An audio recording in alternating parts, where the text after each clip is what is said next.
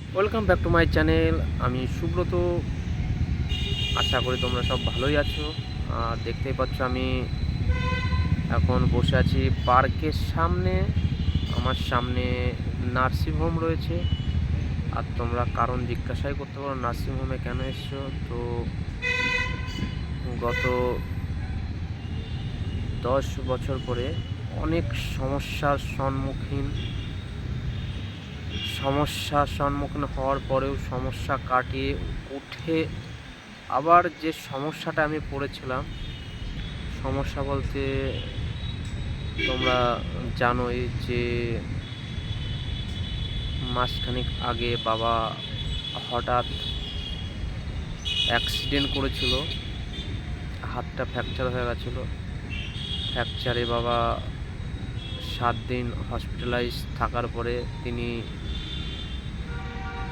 আমাদের মধ্যে আর নেই। এই সমস্যাটা কাটিয়েও আর একটা সমস্যা ছিল, যেটা আমাদের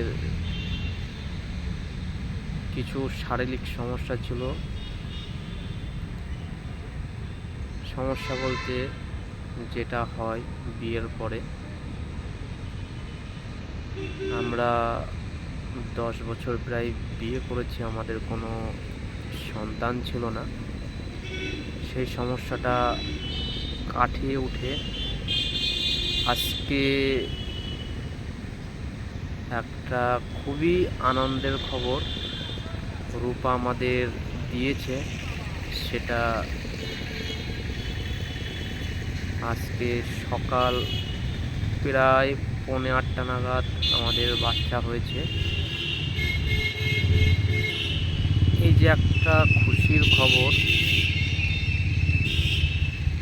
আমার বাবা আর শুনে যেতে পারলেন না। আমার বাচ্চাও আর তার দাদুকে সারা জীবনের মতন আর দেখতেও পাবে না। যেটা আমার দাদু কীরকম ছিল আমিও কোনো দিন নিজের চোখে দেখতে পাইনি, যে আমার দাদু কীরকম ছিল। আমরাও জন্মগ্রহণ করার আগেই আমার দাদু ছিলেন না, কিন্তু আমার বাবা তো আমার বাচ্চা দেখেই যেতে পারত। কিন্তু দুর্ভাগ্য কপাল আমাদের যে তিনি আর দেখে যেতে পারলেন না তার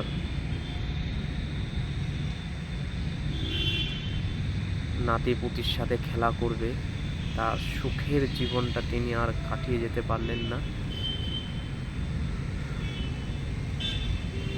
এইটাই হলো সংসার ধর্ম। তো ভগবানের কাছে অনেক অনেক অনেক প্রার্থনা করেছিলাম যে তাকে অন্তত একটা মাস বাঁচিয়ে রাখার জন্য, কিন্তু তার সময় যে ছিল না আর। তিনি একটা মাস আর সময় দিলেন না। একটা মাস যদি সময় দিতেন, বাচ্চা আজকে প্রায় না, একদম 1 মাসের মাথায় জন্মগ্রহণ করেছে। একটা মাস যদি থাকতেন তিনি নিজে কানে শুনে যেতেন যে খুশির খবরটা। তিনি থাকলে আজকে আমার জীবনের যে কমি ভাবটা সেইটা আর থাকতো না। এটাই একটাই দুঃখের বিষয় যে আমি আমার বাচ্চাকে কখনো তার দাদুকে দেখাতে পারবো না, আর আমার বাবাও কোনোদিন তার নাতিপুতিকে আর দেখে যেতে পারলেন না। সব থেকে একটা দুঃখের বিষয় যে একটা মাস আর তাকে আমি বাঁচিয়ে রাখতে পারলাম না, শত চেষ্টা করেও। এত বড় একটা আনন্দ তিনি আর শুনে যেতে পারলেন না। তিনি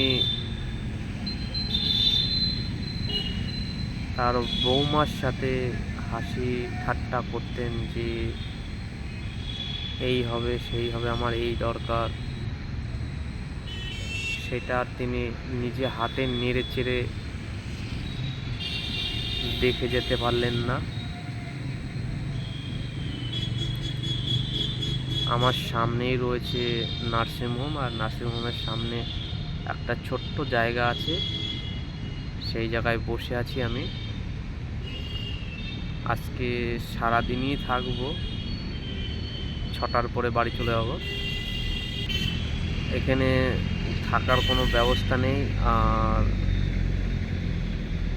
থাকতেও চাই না। কালকে সকালে চলে আসবো আবার, যেহেতু 10টার সময় দেখতে দেবে, ওই টাইমেই আসবো। 10টার আগে আগে আসবো। 10টার থেকে বিকেলে আবার 4টের থেকে 5টা, সেই টাইমটাই চলে আসবো। আজকে যাইনি, তার কারণ সকালে নিয়ে এসেছি, একবারেই যাব। এই হলো আজকে আমাদের পরিবারের যে একটা বড় খুশির দিন। এত বড় খুশি যে বলে বোঝাতে পারবো না। আবার একটা দুঃখেরও বিষয়, যেটা আমার বাবা শুনে যেতে পারলো না। তো দেখা যাক রূপাকে নার্সিংহোমে কয়দিন রাখে। যে কদিন রাখবে তোমাদের সেই সেই সেই দিনের কি হয় না হয় সেটা জানাবো। আজকের মতন এখানেই রাখছি। Thank you. সবাই ভালো থাকবেন, সুস্থ থাকবেন।